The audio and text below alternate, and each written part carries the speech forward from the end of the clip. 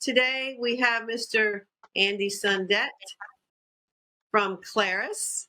Thank you for joining us. He is right out of Minneapolis, and they're making the Boroscopes right in the U.S. Near his hometown in Minneapolis, Minnesota. He is the sales and marketing manager for Clarus. So welcome, Andy. Meet Angela, thanks for having us. We're really excited to join in here and be part of the debate. All right, Andy. So let's kick it off. We can't afford a Boroscope. Do I really need a Boroscope if I'm cleaning really good in decon and I have a really good magnifying light at my station? Tell me why I can't get away with that, with not having a Boroscope. Yeah, good question. Jimmy, with the magnification on the outside, I think you're probably covered. But we're talking about 50% of the scope or device that's going to be missed if you're just looking on the outside. And Borescope, what it is and what it's designed to do is give you eyes on the inside, and that's magnified eyes. That's light, and it gives you the ability to look inside. You're already doing a great job looking at the outside. Now is the time to look at the inside. And these tools now have been out for 5+ years. There's been a lot of traction. And I think the things that we're going to be finding on the inside are what exactly you're looking for on the outside already. You're going to be finding things like debris. You're going to be finding things like damage. You're going to be finding things like staining or discoloration on the inside of these devices, and you're going to be finding moisture. So you're already very trained in on these things. Now you're just going to be looking at the other half of the device on the inside. So say a scope comes back, or any item with a significant lumen or cannula comes back from repair. Can a Borescope help me there? Oh, absolutely. And we got countless cases where we've had customers where they've implemented a strategy where when devices come back on repair, or maybe it's a loaner device, they're using the Borescope to document what that device looks like when it comes in, and using that as a reference point moving forward. So, these devices can be complex. Repairs oftentimes come back looking very good. But there's certain times where I think you're going to notice things that you'll want to document as a department. So, Jamid, you took the Borescope from Andy's company, and we use it in the Advantage Support assessments. That's part of our assessment process. So we'll look inside internal channels for scopes. And so you went to several facilities, used it. Tell me what you found.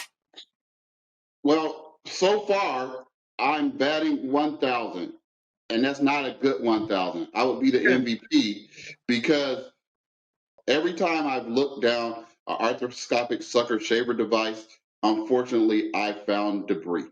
The reason I found debris, there's a combination of factors. Some brushes were needed, but the key thing is none of those facilities already had a Borescope. So them watching me inspect their scopes with a Borescope showed them there's no way you can see down it, no matter how good you are, no matter how good of a magnifying glass you have. So if you don't have a Borescope, what you're doing every single case is introducing organic debris from a previous patient, or in the case of some of the photographs that I sent you guys, patients, into a patient that had a whole nother problem before they came into surgery. So the risk, and everybody knows this, and in CS and in the operating room, but especially in CS, we're using the brushes.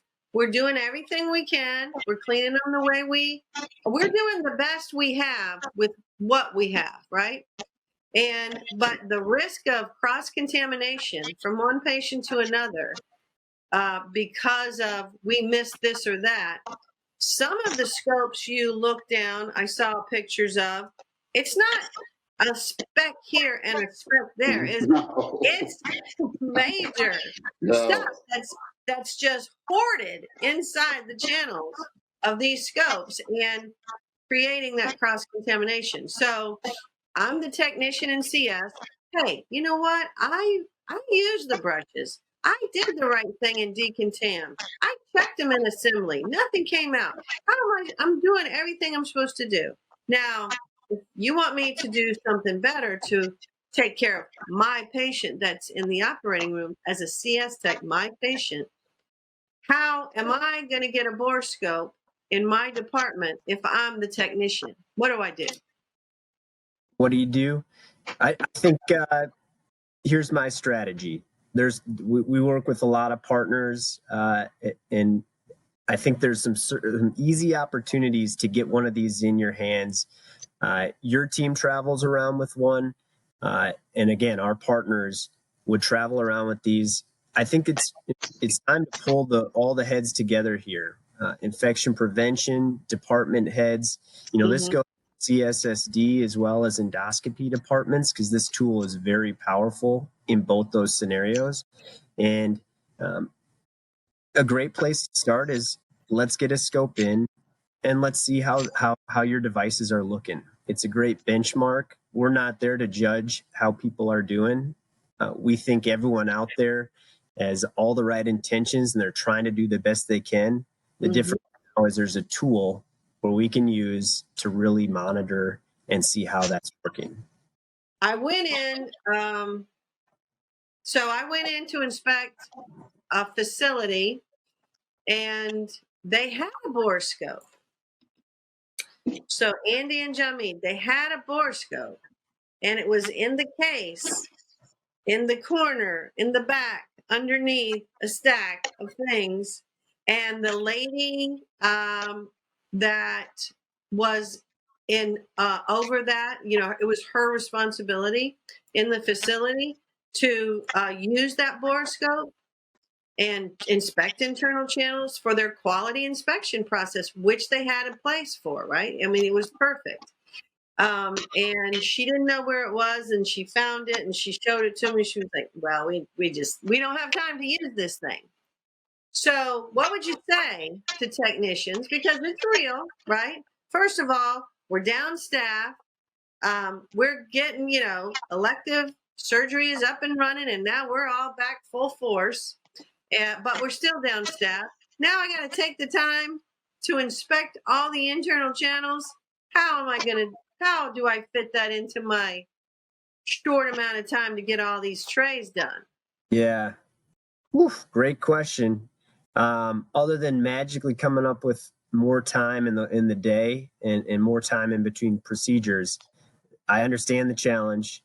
Here's how I put it back to you, and this is something that with time, with practice, I think that this added step of boroscope inspection will not add time. However, over time, it will help reduce time.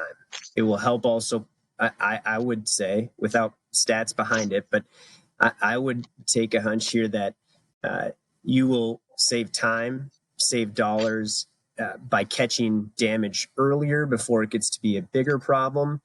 Maybe catching devices before they go on to the next step and being able to make sure that they're clean before that next step happens, and then having to cycle all the way back to the beginning. Mm-hmm. There's a lot of steps. And how do you make that happen? Start small.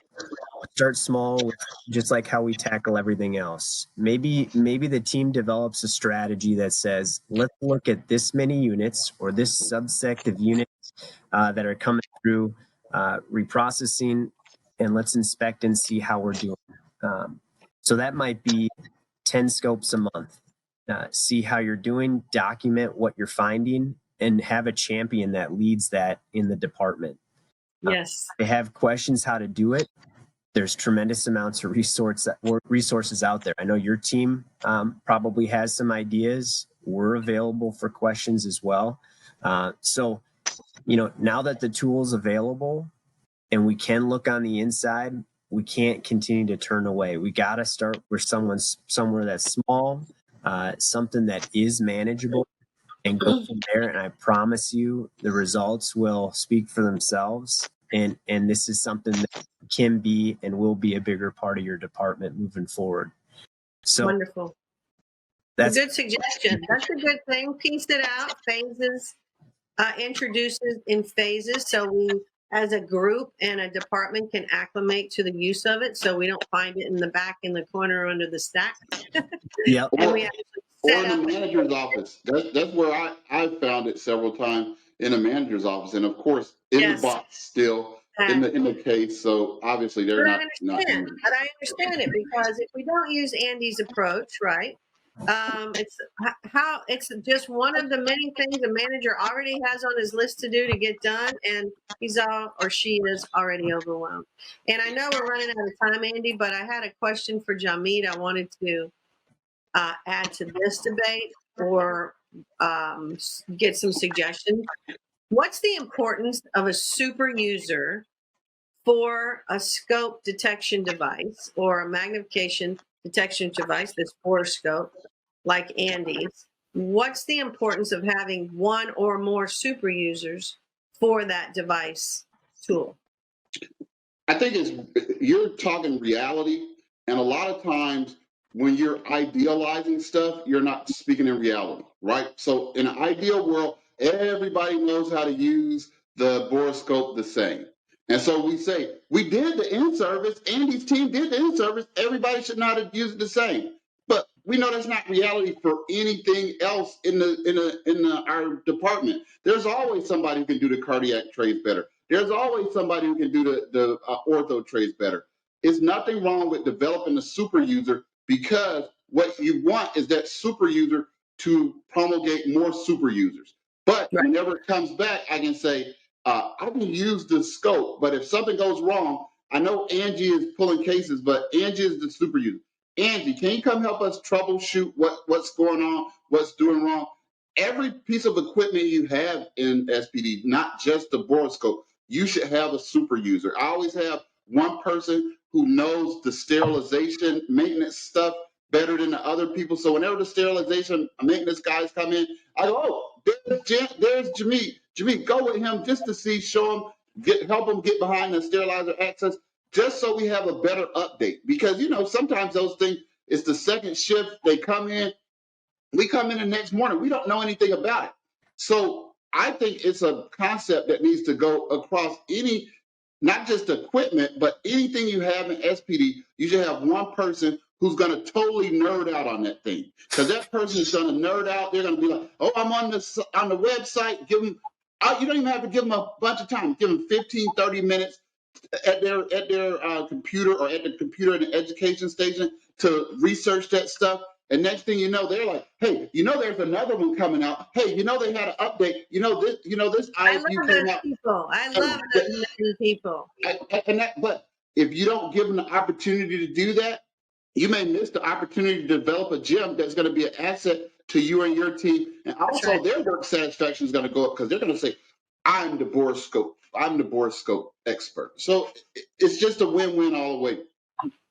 It is. And, we have I love so that. much more to say about this. We're running out of time, but, standards and AORN recommendations, some of them are just soft recommendations right now. Andy and I were talking about that earlier, versus the IFUs who, and as we all know, in the ORN, in SP, AMI standards always refer to the IFUs. It's a challenge because the IFUs are vague, but specifically there's several scope IFUs that are stating to use an inspection device. Are they saying it for channels, Andy?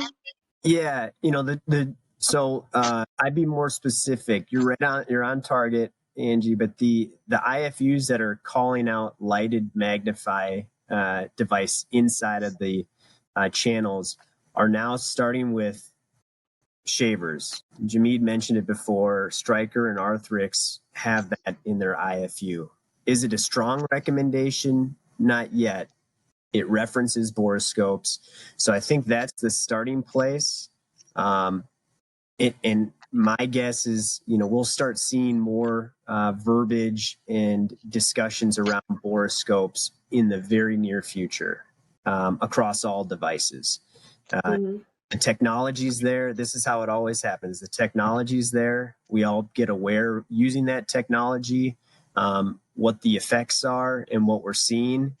And then the standards will come in afterwards. And so that's kind of, I think, where we're at in this whole cycle. Mhm. We all got to buckle up for the ride. But I think every department we've worked with, it is a eye-opening piece of technology. Groups get excited to see everyone's in this business to help, and they want to do a better job. Yes. Down, I think this is the tool that helps you do that.